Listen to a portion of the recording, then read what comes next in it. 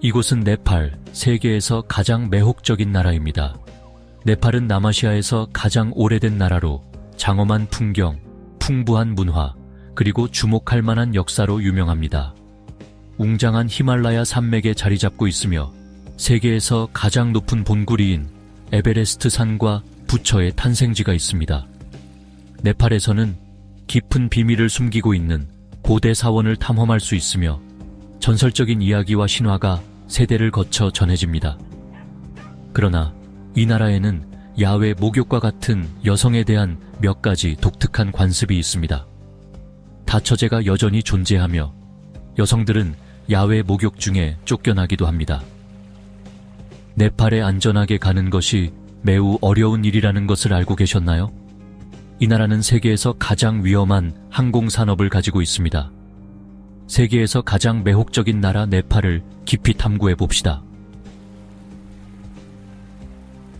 여성들이 편안하게 야외에서 목욕하는 장소. 네팔 사람들에게 야외 목욕은 어린 시절부터 형성된 습관이 되었습니다. 네팔 여성들은 그것에 대해 부끄러움을 느끼지 않습니다. 현지 사람들은 대체로 개방적이고 여유로우며 여성들은 주저함이나 부끄러움 없이 야외에서 목욕할 수 있습니다. 어머니와 딸들은 종종 근처의 강이나 가을로 가서 옷을 입지 않고 목욕을 합니다. 호기심이 가득한 구경꾼들에 대해 걱정하지 않으며 이 습관은 어린 시절부터 배어 있어 익숙합니다. 네팔은 스와스타니 브라타카타라는 성스러운 목욕 축제도 있습니다. 이 축제 동안 여성들은 따뜻함을 위해 불 주위에 모인 후 카트만두의 산쿠에 있는 살리나디 강에서 몸을 담급니다. 이 관습은 많은 사람들을 놀라게 하며 특히 관광객들은 여성들이 강, 가을 폭포에서 공개적으로 목욕하는 모습을 보고 이해하기 어렵거나 부끄러움을 느끼곤 합니다.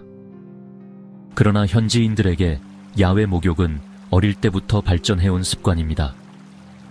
네팔 여성들은 이 때문에 부끄러움을 느끼지 않습니다. 이 문화적 관습에 대해 어떻게 생각하시나요? 아래에 의견을 공유해 주세요. 다부제는 여전히 존재합니다. 세계 곳곳에는 사랑과 결혼에 관한 이상하고 심지어 기괴한 풍습이 있을 수 있는데 형제들이 한 아내를 공유하거나 남자들이 서로의 아내를 빼앗는 경우가 대표적입니다.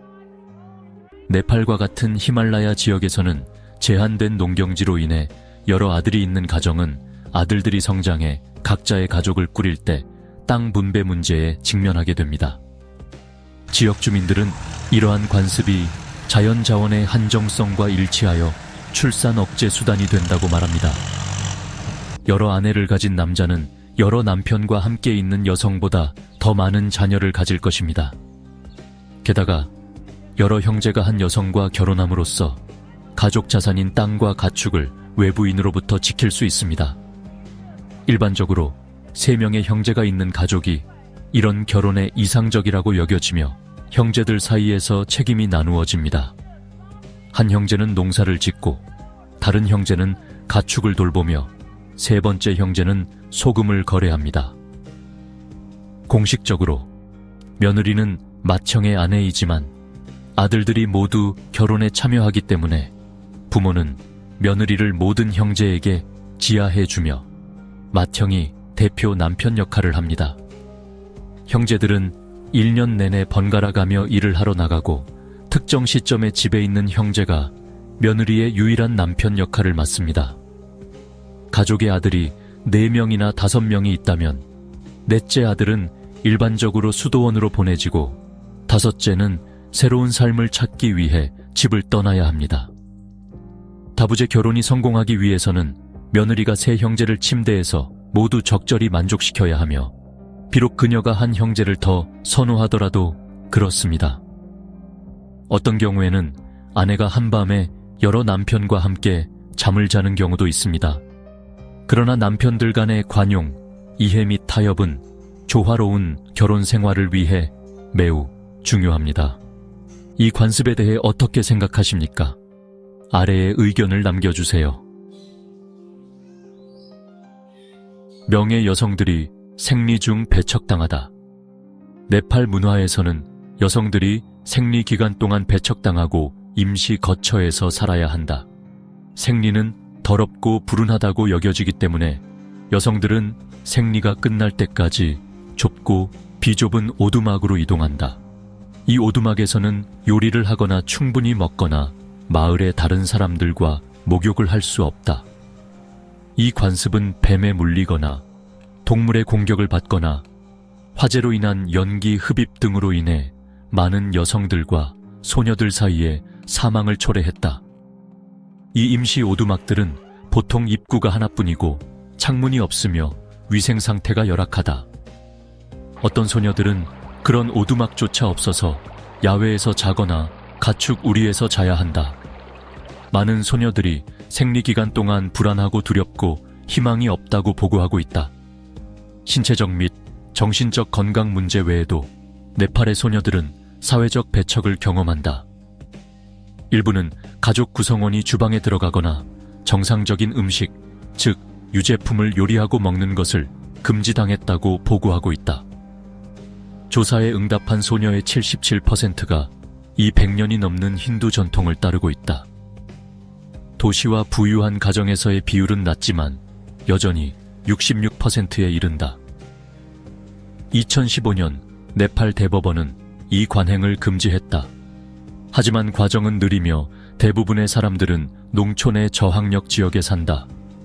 법에 따르면 생리 기간 동안 여성을 오두막에 강제로 넣는 사람은 3개월의 징역형이나 30달러의 벌금을 부과받는다.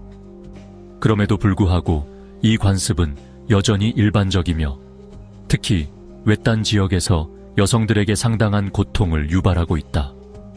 연구자들은 조사에 참여한 소녀의 40%가 이 관습이 불법인 것을 알지 못했다고 보고했다. 이 관습에 대해 어떻게 생각하십니까? 여러분의 의견을 아래에 공유해 주세요. 세계에서 가장 위험한 항공 전문가들은 강한 날씨, 제한된 시야 및 산악 지형이 네팔의 항공 여행을 매우 위험하게 만든다고 말합니다. 2023년 예티 항공은 네팔의 두 번째 큰 도시이자 히말라야의 관문인 포카라의 관제탑과 연락이 끊겼습니다. ATR 7255 항공기는 카트만두에서 포카라로의 짧은 여정이 끝나가고 있었습니다. 이 사고로 최소 68명이 사망했습니다. 이는 지난 30년간 네팔에서 발생한 최악의 항공 재난이며 역사상 세 번째로 심각한 사고입니다.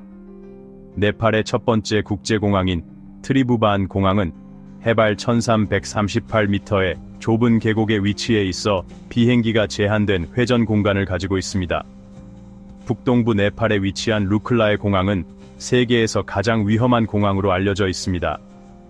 이 공항의 활주로는 산 사이의 절벽에 자리 잡고 있으며 급경사로 끝납니다. 또한 네팔은 고도로 숙련된 항공 인력이 부족합니다. 예산 제약은 압박을 가합니다. 일부 직원들이 추가 업무와 긴 근무 시간을 맡아야 하며 네팔의 항공 부문은 그렇게 열악한 평판을 가지고 있어 유럽연합 집행위원회는 2013년부터 네팔 항공사들의 EU 출입을 금지했습니다. 부처님의 탄생지인 룸비니는 네팔 히말라야 기슭에 위치한 평화로운 마을로 부처님의 탄생지로서 막대한 역사적 의미를 지니고 있습니다. 이 마을은 평온함과 깨달음을 찾는 전 세계의 많은 방문객과 순례자들을 끌어들이는 영적인 목적지입니다. 룸비니를 방문하면 고요한 분위기와 사원의 종소리, 고대 보리수나무 사이로 비치는 부드러운 햇살 속에서 천상의 세계에 발을 들여놓는 듯한 느낌을 받습니다. 룸비니의 영적인 중심지는 유네스코에 의해 세계유산으로 인정받은 성스러운 정원으로 여기서 부처님이 탄생한 것으로 믿어지고 있습니다. 이곳에서는 아쇼카 기념비도 볼 수 있습니다. 이것은 2000년이 넘는 역사를 지닌 역사적 기념물로 아쇼카 황제가 룸비니를 순례하고 부처님을 기리기 위해 기념비를 세운 것을 의미합니다. 또한 이곳에는 일본, 중국, 미얀마와 같은 여러 나라에서 지어진 불교 유적을 탐험할 수 있는 많은 사원과 탑들이 있습니다. 각 건축물, 각 구조물은 독특한 아름다움을 지니고 있으며 부처님에 대한 무한한 존경을 보여줍니다. 짧은 명상 코스를 수강하거나 경전을 외우는 것도 좋고, 룸비니의 평화로운 분위기 속에서 조용히 반성하고 휴식을 취하는 시간을 보낼 수도 있습니다. 이곳에 대해 어떻게 생각하십니까? 여러분의 생각을 나눠주세요. 2015년 4월 25일, 네팔에서 규모 7.8의 참혹한 지진이 발생하여 이 나라 역사에 비극적인 장을 남겼습니다. 진앙지는 수도 카트만두에서 북서쪽으로 약 80km 떨어진 곳에 위치해 있으며 특히 카트만두 계곡과 주변 지역에 심각한 영향을 미쳤습니다. 이 지진으로 9,000명 이상의 생명이 빼앗겨 네팔 역사상 가장 치명적인 자연재해 중 하나로 기록되었습니다. 또한 수만 명이 부상을 입었고 이들 중 일부는 장기적인 치료가 필요한 중상자였습니다. 지진은 네팔의 인프라에 광범위한 피해를 주었고 많은 주택, 학교, 병원, 사원 및 기타 건물이 파괴되거나 심각한 손상을 입었습니다. 지진으로 인한 경제적 손실은 약 50억 달러로 추정되며 이는 이미 취약한 네팔 경제에 큰 영향을 미쳤습니다. 이후 네팔 정부와 국제사회는 광범위한 구조, 구호 및 재건 노력을 시작했습니다. 여러 비정부 조직과 이웃 국가들은 어려운 시기를 견디고 있는 네팔 국민을 지원하기 위해 긴급 구호 물자를 보냈습니다. 수십만 개의 주택이 파괴되거나 손상되어 재건이 필요했습니다. 네팔 정부는 사람들이 더 안전하고 탄력적인 주택을 건설할 수 있도록 다양한 프로그램을 시행했습니다. 학교, 병원, 사원, 도로 및 기타 인프라는 수리 또는 재건이 필요했습니다. 이번 지진에 대한 여러분의 생각은 무엇인가요? 아래에 여러분의 의견을 공유해 주세요. 에베레스트는 세계의 지붕입니다. 웅장한 히말라야 산맥 가운데 우뚝 서 있는 에베레스트는 회복력과 도전의 상징입니다. 해발 8,849m로 세계에서 가장 높은 산인 에베레스트는 전 세계에서 용감한 산악인들이 저명한 정상에 오르기 위해 모이는 장소입니다. 네팔은 에베레스트를 호스트하게 되어 행운이며 방문객들이 이 특별한 도전에 나설 수 있도록 맞이합니다. 에베레스트 정복 여정은 결코 쉽지 않습니다. 철저한 신체적, 정신적, 기술적 준비가 필요합니다. 등반가들은 위험한 경로를 탐색하고 혹독한 날씨 조건에 맞서며 눈사태, 산소 부족 및 탈진과 같은 잠재적 위험을 처리해야 합니다. 에베레스트는 눈 덮인 본구리, 깊은 계곡, 그리고 청정한 공기로 아름다운 자연 경관을 자랑합니다. 영구적인 눈 덮개는 장관을 이루며 히말라야의 신비로움과 웅장함을 더욱 부각시킵니다. 에베레스트의 정복은 귀중한 성취로 엄청난 자부심과 잊지 못할 경험을 제공합니다.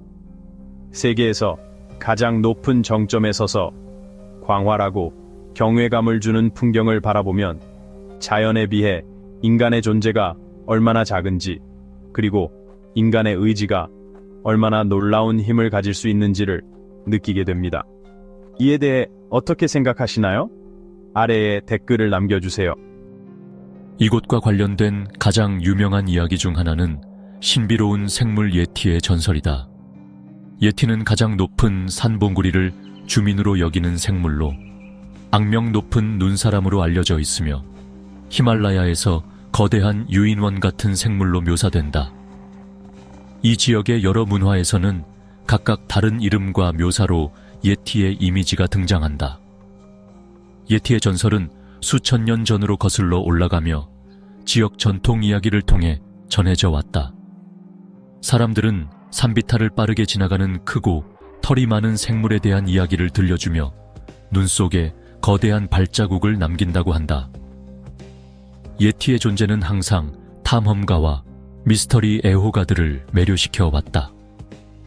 예티의 증거를 찾기 위해 수많은 탐험이 조직되었지만 지금까지 결정적인 증거는 발견되지 않았다. 예티의 발자국으로 여겨지는 많은 큰 발자국이 눈 속에서 발견되었지만 과학자들은 이러한 발자국이 곰이나 야크와 같은 다른 동물에 의해 만들어졌을 가능성을 지적하고 있다. 예티를 보여주는 것으로 주장되는 사진과 동영상이 공개되었지만 그 진위는 여전히 논란의 여지가 있다. 당신은 이 생물의 존재를 믿습니까? 아래에 당신의 생각을 공유해 주세요. 히말라야 차를 드릴 수 있는 기회가 있다면 네팔을 방문해야 합니다. 히말라야 기슭에 펼쳐진 무성한 녹차 언덕은 그 맛과 품질 덕분에 전 세계 차 애호가들의 관심을 끌었습니다. 히말라야 차는 1500에서 2500m의 고도에서 재배되며 그곳의 서늘하고 신선한 기후는 부드러운 녹차 싹이 잘 자랄 수 있는 이상적인 조건을 제공합니다. 녹는 눈에서 나오는 순수한 물도 히말라야 차의 독특한 맛에 기여합니다. 네팔에는 두 개의 가장 유명한 차 생산 지역인 엘람과 단쿠타가 있습니다. 엘람 차는 섬세하고 미묘한 맛이 특징이며 단쿠타 차는 더 강하고 풍부한 맛을 제공합니다. 추가로 상쿠 사바와 타발종과 같은 다른 지역에서도 고품질의 히말라야 차가 생산됩니다. 히말라야 차의 독특한 특징은 다양성입니다. 방문객들은 다질링 아삼, 스리랑카, 스촨과 같은 희귀차 품종으로 만든 다양한 종류의 홍차, 녹차, 백차 및 우롱차를 찾아볼 수 있습니다. 네팔에는 독특한 관습이 있다. 매년 살아있는 여신으로 여겨지는 쿰과리 대비는 전 세계에서 온 방문객들과 불교 신자들의 존경을 받는다.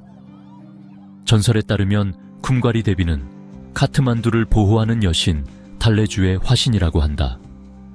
쿰과리 대비를 선정하는 기준은 외모, 성격, 혈통에 대한 엄격한 기준에 따른다.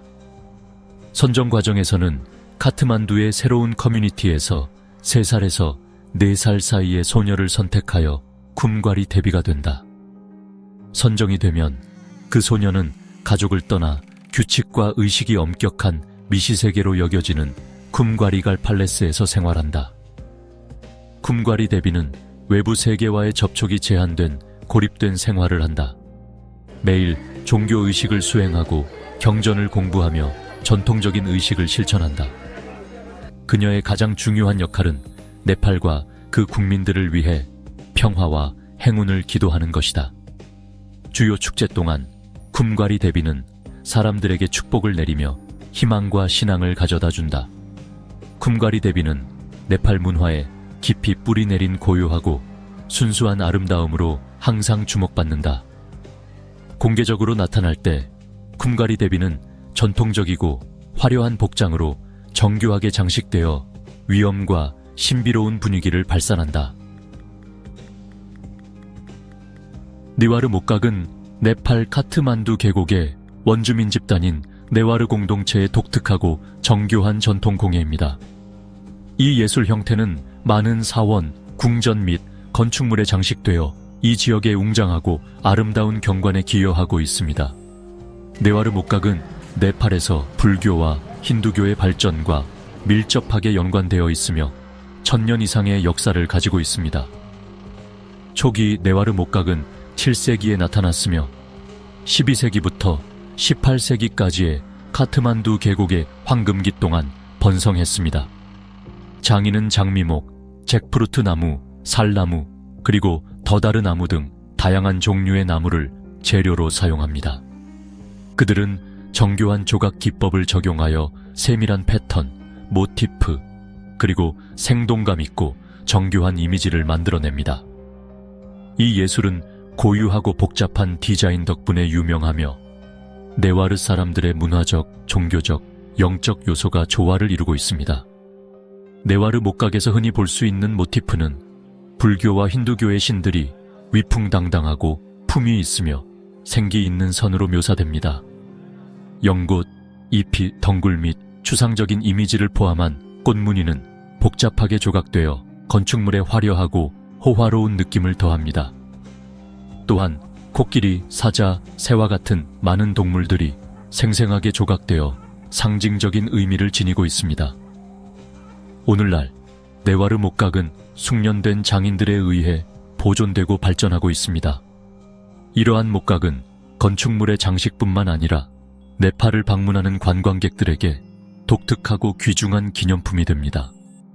셰르파 저명한 소수민족 공동체 셰르파 커뮤니티는 네팔의 독특한 문화 풍경에서 뺄 수 없는 부분이다.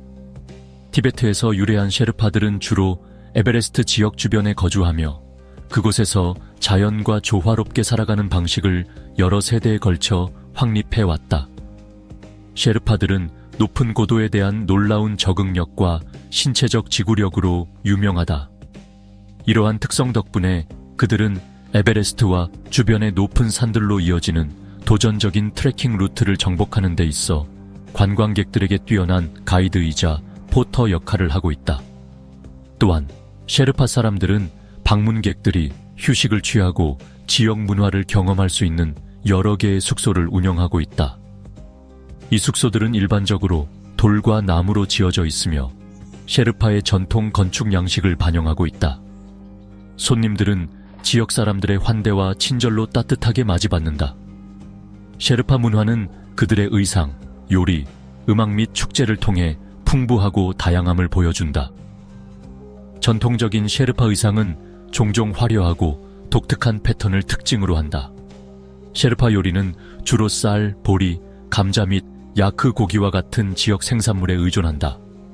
셰르파 음악은 생동감 넘치고 에너지가 가득하며 그들의 문화 정체성을 강조하는 전통 춤이 함께한다. 결코 식민지로 전락하지 않은 유일한 나라. 독립과 회복력의 역사로 볼 때 네팔은 특히 두드러진다. 대부분의 남아시아 이웃 국가들이 영국의 지배 아래 식민지를 경험한 반면 네팔은 자랑스럽게도 어떤 외세의 식민지로 전락한 적이 없는 유일한 나라이다. 위대한 히말라야에 위치한 네팔은 험준한 지형과 높은 산들이 있는 도전적인 도로를 자랑한다.